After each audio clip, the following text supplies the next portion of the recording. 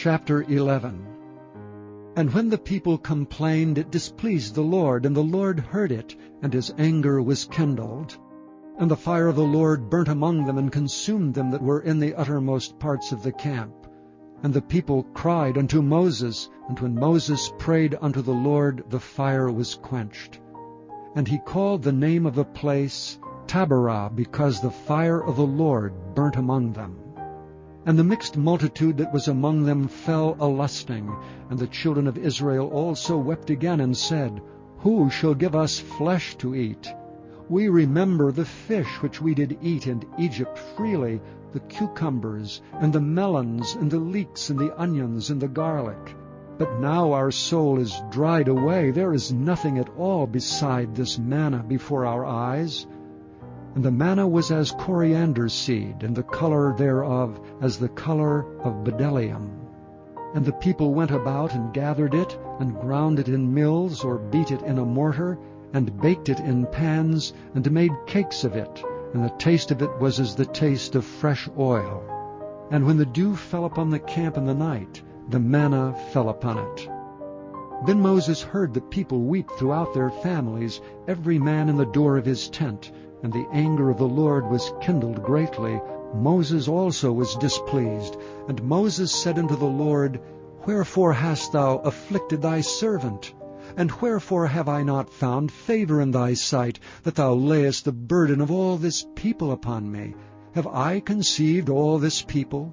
Have I begotten them, that thou shouldst say unto me, Carry them in thy bosom, as a nursing father beareth a suckling child? Unto the land which thou swarest unto their fathers? Whence should I have flesh to give unto all this people? For they weep unto me, saying, Give us flesh that we may eat. I am not able to bear all this people alone, because it is too heavy for me. And if thou deal thus with me, kill me, I pray thee, out of hand, if I have found favor in thy sight, and let me not see my wretchedness. And the Lord said unto Moses, Gather unto me 70 men of the elders of Israel, whom thou knowest to be the elders of the people, and officers over them, and bring them unto the tabernacle of the congregation, that they may stand there with thee. And I will come down and talk with thee there, and I will take of the Spirit which is upon thee, and will put it upon them, and they shall bear the burden of the people with thee, that thou bear it not thyself alone. And say thou unto the people, Sanctify yourselves against tomorrow, and ye shall eat flesh.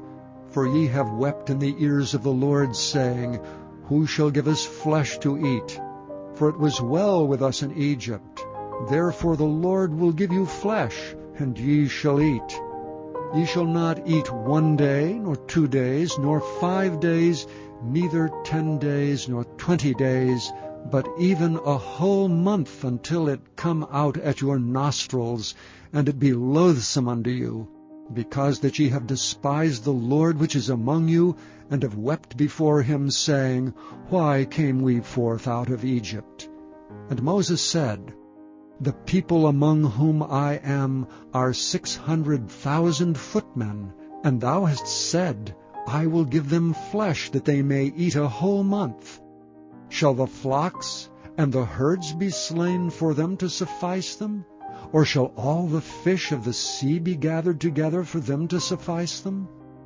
And the Lord said unto Moses, Is the Lord's hand waxed short? Thou shalt see now whether my word shall come to pass unto thee or not.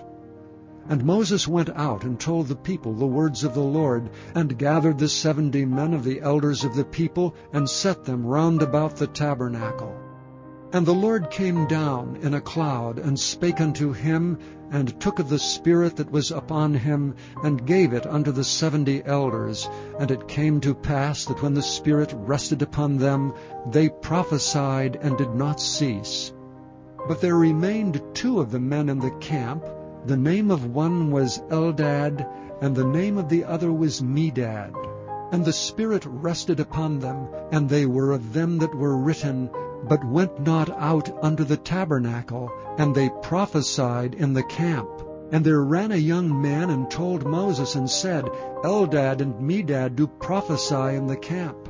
And Joshua the son of Nun, the servant of Moses, one of his young men, answered and said, My lord Moses, forbid them. And Moses said unto him, Enviest thou for my sake? Would God that all the Lord's people were prophets, and that the Lord would put his Spirit upon them. And Moses gat him into the camp, he and the elders of Israel. And there went forth a wind from the Lord, and brought quails from the sea, and let them fall by the camp as it were a day's journey on this side, and as it were a day's journey on the other side, round about the camp, and as it were 2 cubits high upon the face of the earth. And the people stood up all that day, and all that night, and all the next day, and they gathered the quails. He that gathered least gathered 10 homers, and they spread them all abroad for themselves round about the camp. And while the flesh was yet between their teeth ere it was chewed, the wrath of the Lord was kindled against the people, and the Lord smote the people with a very great plague. And he called the name of that place Kibroth-Hattaavah, because there they buried the people that lusted. And the people journeyed from Kibroth-Hattaavah unto Hazeroth, and abode at Hazeroth. Chapter 20. And David fled from Naioth in Ramah, and came and said before Jonathan, What have I done? What is mine iniquity, and what is my sin before thy father, that he seeketh my life? And he said unto him, God forbid, thou shalt not die. Behold, my father will do nothing either great or small, but that he will show it me. And why should my father hide this thing from me? It is not so. And David sware moreover and said, Thy father certainly knoweth that I have found grace in thine eyes. And he saith, Let not Jonathan know this, lest he be grieved. But truly as the Lord liveth, and as thy soul liveth, there is but a step between me and death. Then said Jonathan unto David, Whatsoever thy soul desireth, I will even do it for thee. And David said unto Jonathan, Behold, tomorrow is the new moon, and I should not fail to sit with the king at meat. But let me go, that I may hide myself in the field unto the 3rd day at even. If thy father at all miss me, then say, David earnestly asked leave of me, that he might run to Bethlehem his city, for there is a yearly sacrifice there for all the family. If he say thus, It is well, thy servant shall have peace. But if he be very wroth, then be sure that evil is determined by him. Therefore thou shalt deal kindly with thy servant, for thou hast brought thy servant into a covenant of the Lord with thee. Notwithstanding, if there be in me iniquity, slay me thyself, for why shouldst thou bring me to thy father? And Jonathan said, Far be it from thee. For if I knew certainly that evil were determined by my father to come upon thee, then would I not tell it thee? Then said David to Jonathan, Who shall tell me? Or what if thy father answer thee roughly? And Jonathan said unto David, Come, and let us go out into the field. And they went out both of them into the field. And Jonathan said unto David, O Lord God of Israel, when I have sounded my father about tomorrow any time, or the 3rd day, and behold, if there be good toward David, and I then send not unto thee, and show it thee, the Lord do so and much more to Jonathan. But if it please my father to do thee evil, then I will show it thee, and send thee away, that thou mayest go in peace. And the Lord be with thee, as he hath been with my father. And thou shalt not only, while yet I live, show me the kindness of the Lord, that I die not, but also thou shalt not cut off thy kindness from my house forever. No, not when the Lord hath cut off the enemies of David, every one of them from the face of the earth. So Jonathan made a covenant with the house of David, saying, Let the Lord even require it at the hand of David's enemies. And Jonathan caused David to swear again, because he loved him, for he loved him as he loved his own soul. Then Jonathan said to David, Tomorrow is the new moon, and thou shalt be missed, because thy seat will be empty. And when thou hast stayed 3 days, then thou shalt go down quickly and come to the place where thou didst hide thyself when the business was in hand, and shalt remain by the stone Ezel. And I will shoot 3 arrows on the side thereof, as though I shot at a mark. And behold, I will send a lad, saying, Go, find out the arrows. If I expressly say unto the lad, Behold, the arrows are on this side of thee, take them, then come thou. For there is peace to thee, and no hurt, as the Lord liveth. But if I say thus unto the young man, Behold, the arrows are beyond thee, go thy way, for the Lord hath sent thee away. And as touching the matter which thou and I have spoken of, behold, the Lord be between thee and me forever. So David hid himself in the field, and when the new moon was come, the king sat him down to eat meat. And the king sat upon his seat, as at other times, even upon a seat by the wall. And Jonathan arose, and Abner sat by Saul's side, and David's place was empty. Nevertheless Saul spake not anything that day, for he thought, Something hath befallen him. He is not clean. Surely he is not clean. And it came to pass on the morrow, which was the 2nd day of the month, that David's place was empty. And Saul said unto Jonathan his son, Wherefore cometh not the son of Jesse to meat, neither yesterday nor today? And Jonathan answered Saul, David earnestly asked leave of me to go to Bethlehem. And he said, Let me go, I pray thee, for our family hath a sacrifice in the city, and my brother, he hath commanded me to be there. And now, if I have found favor in thine eyes, let me go away, I pray thee, and see my brethren. Therefore he cometh not unto the king's table. Then Saul's anger was kindled against Jonathan, and he said unto him, Thou son of the perverse rebellious woman, do not I know that thou hast chosen the son of Jesse to thine own confusion, and unto the confusion of thy mother's nakedness? For as long as the son of Jesse liveth upon the ground, thou shalt not be established, nor thy kingdom. Wherefore now send and fetch him unto me, for he shall surely die. And Jonathan answered Saul his father, and said unto him, Wherefore shall he be slain? What hath he done? And Saul cast a javelin at him to smite him, whereby Jonathan knew that it was determined of his father to slay David. So Jonathan arose from the table in fierce anger, and did eat no meat the 2nd day of the month. For he was grieved for David, because his father had done him shame. And it came to pass in the morning that Jonathan went out into the field at the time appointed with David, and a little lad with him. And he said unto his lad, Run, find out now the arrows which I shoot. And as the lad ran, he shot an arrow beyond him. And when the lad was come to the place of the arrow which Jonathan had shot, Jonathan cried after the lad, and said, Is not the arrow beyond thee? And Jonathan cried after the lad, Make speed, haste, stay not. And Jonathan's lad gathered up the arrows, and came to his master. But the lad knew not anything, only Jonathan and David knew the matter. And Jonathan gave his artillery unto his lad, and said unto him, Go carry them to the city. And as soon as the lad was gone, David arose out of a place toward the south, and fell on his face to the ground, and bowed himself 3 times. And they kissed one another, and wept with one another, until David exceeded. And Jonathan said to David, Go in peace, forasmuch as we have sworn both of us in the name of the Lord, saying, The Lord be between me and thee, and between my seed and thy seed forever. And he arose and departed, and Jonathan went into the city. Chapter 10.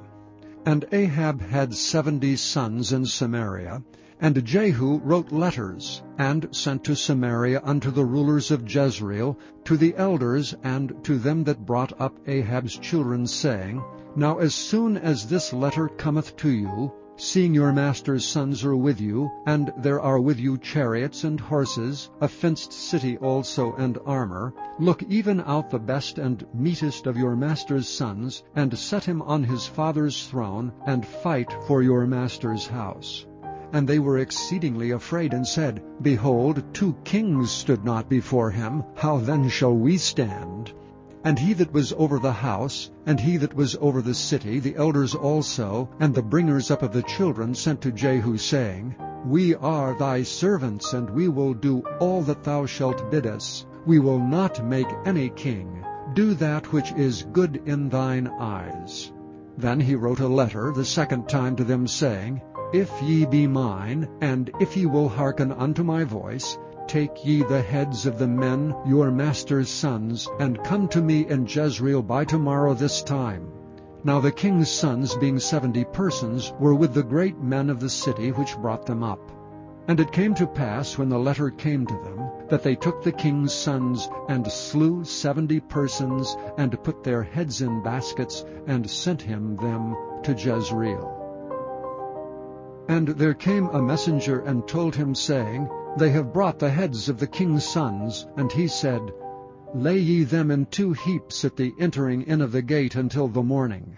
And it came to pass in the morning, that he went out and stood, and said to all the people, Ye be righteous. Behold, I conspired against my master, and slew him. But who slew all these? Know now that there shall fall unto the earth nothing of the word of the Lord, which the Lord spake concerning the house of Ahab. For the Lord hath done that which he spake by his servant Elijah. So Jehu slew all that remained of the house of Ahab in Jezreel, and all his great men, and his kinfolks, and his priests, until he left him none remaining. And he arose and departed, and came to Samaria. And as he was at the shearing house in the way, Jehu met with the brethren of Ahaziah king of Judah, and said, Who are ye? And they answered, We are the brethren of Ahaziah, and we go down to salute the children of the king and the children of the queen. And he said, Take them alive. And they took them alive, and slew them at the pit of the shearing house, even 42 men, neither left he any of them. And when he departed thence, he lighted on Jehonadab the son of Rechab coming to meet him. And he saluted him, and said to him, Is thine heart right, as my heart is with thy heart? And Jehonadab answered, It is. If it be, give me thine hand. And he gave him his hand, and he took him up to him into the chariot. And he said, Come with me, and see my zeal for the Lord. So they made him ride in his chariot. And when he came to Samaria, he slew all that remained unto Ahab in Samaria, till he had destroyed him, according to the saying of the Lord, which he spake to Elijah. And Jehu gathered all the people together, and said unto them, Ahab served Baal a little, but Jehu shall serve him much. Now therefore call unto me all the prophets of Baal, all his servants and all his priests. Let none be wanting, for I have a great sacrifice to do to Baal. Whosoever shall be wanting, he shall not live. But Jehu did it in subtlety, to the intent that he might destroy the worshippers of Baal. And Jehu said, Proclaim a solemn assembly for Baal. And they proclaimed it. And Jehu sent through all Israel, and all the worshippers of Baal came, so that there was not a man left that came not. And they came into the house of Baal, and the house of Baal was full from one end to another. And he said unto him that was over the vestry, Bring forth vestments for all the worshippers of Baal. And he brought them forth vestments.